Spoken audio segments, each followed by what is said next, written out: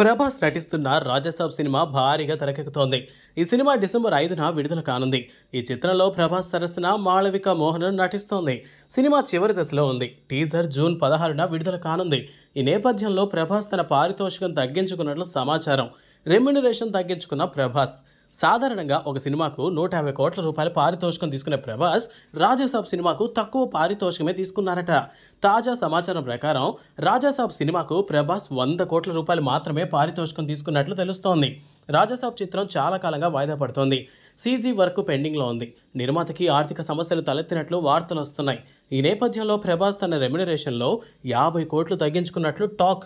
ఈ చిత్రానికి తమన్ సంగీతం అందిస్తున్నారు. రాజాసాబ్ పాటలకు జపనీస్ వర్షన్ను రూపొందించాలని నిర్మాతలు తనను సంప్రదించినట్లు తమన్ తెలిపారు.